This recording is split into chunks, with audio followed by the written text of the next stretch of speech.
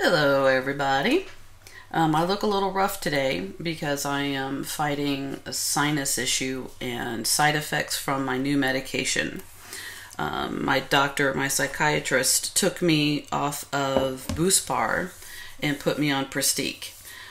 Prestique is 50 milligrams once a day.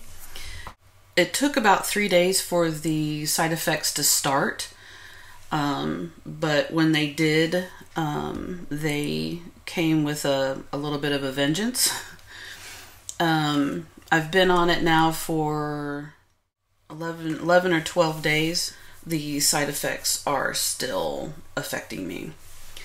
But that's what happens when you start new medication. You have to go through that little hump of side effects until you get over them, and then you can start to see if the medication is actually doing something for you. But the topic I wanted to cover today, because I've had a few people ask about this one. So how does my mental illness affect my relationship? We do not have one of those typical relationships like a lot of people have. We care about each other. We love each other. We are reliant on each other to a certain point, but we're still very independent within the relationship. As far as my mental illness affecting my relationship with her, yes, it does. It causes strains. It causes stress because it is such a big thing right now. It overshadows a lot of other things.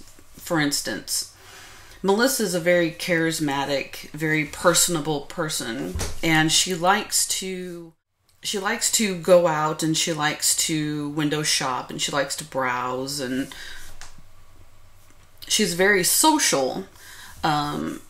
She's not exactly an extrovert, but she does like to go out and people watch, and she likes to experience new things, and she likes to go see pretty things. As far as for me, I'm very much an introvert. Always have been since I was very small. And then within the last 4 years, my agoraphobia has just gotten much, much worse. To the point where, for the most part, I am housebound 24/6. Because on Tuesdays, I go see my therapist.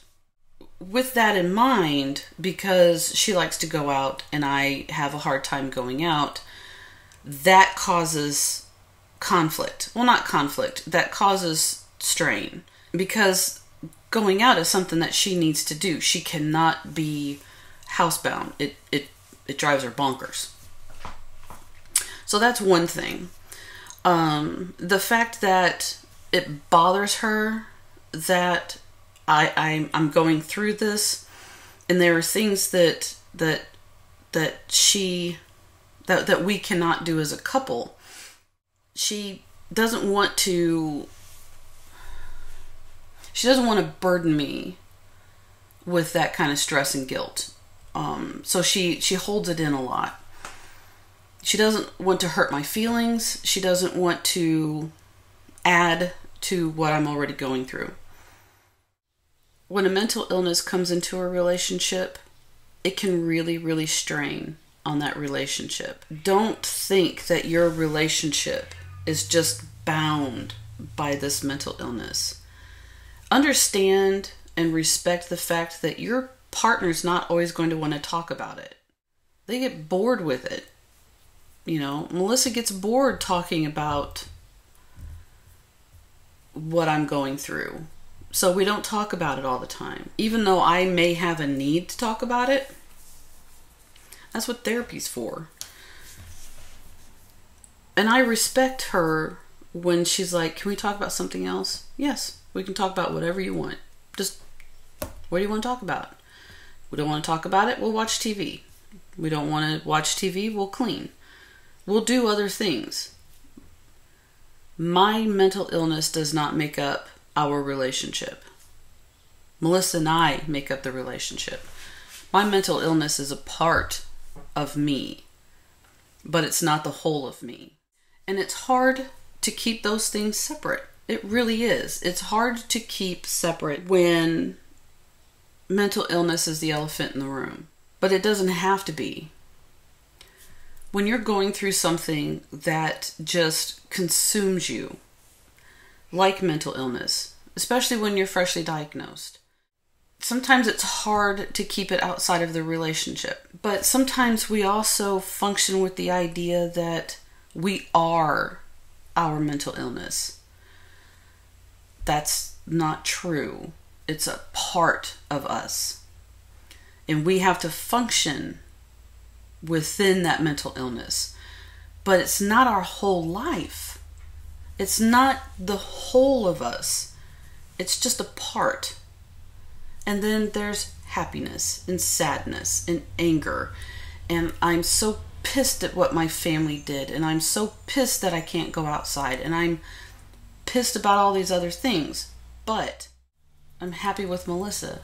And I love laughing with her. And I love watching TV and with her and talking about TV shows and being intellectual and existential. And I love talking to her about gardening because she loves plants and what we're going to do with the backyard. And there's always hope. And there's hope that I'm going to get better, and hope that as big as my mental illness is right now, that it will diminish in size and intensity, and we can just continue on our lives. This is the mental illness, and this is everything else in my life. So as long as I keep those things in check, and I do an inventory every day, I can understand that it doesn't have to consume everything in the world. That I can keep it down here, and I can work at it, and I can chip at it, and I can get better. And as long as I respect everything else in my life, I know I can get there. I hope this helped. I hope this helps with other people going through the same thing, and understanding that you do not have to be 100% of your mental illness. That you can be in a relationship, in a solid relationship, and it can work even if you're sick. And keep the questions coming. I really appreciate the questions. I hope you guys are well. And really, I'm sorry that I haven't made a video in a couple of weeks. It really is the medication and the new medication, and getting off of the old one and trying to be in the new medication. If you guys want me to do a video on medication, I'd be more than happy. Just slide me some questions, and I will do my best to answer them. And I hope you guys are well.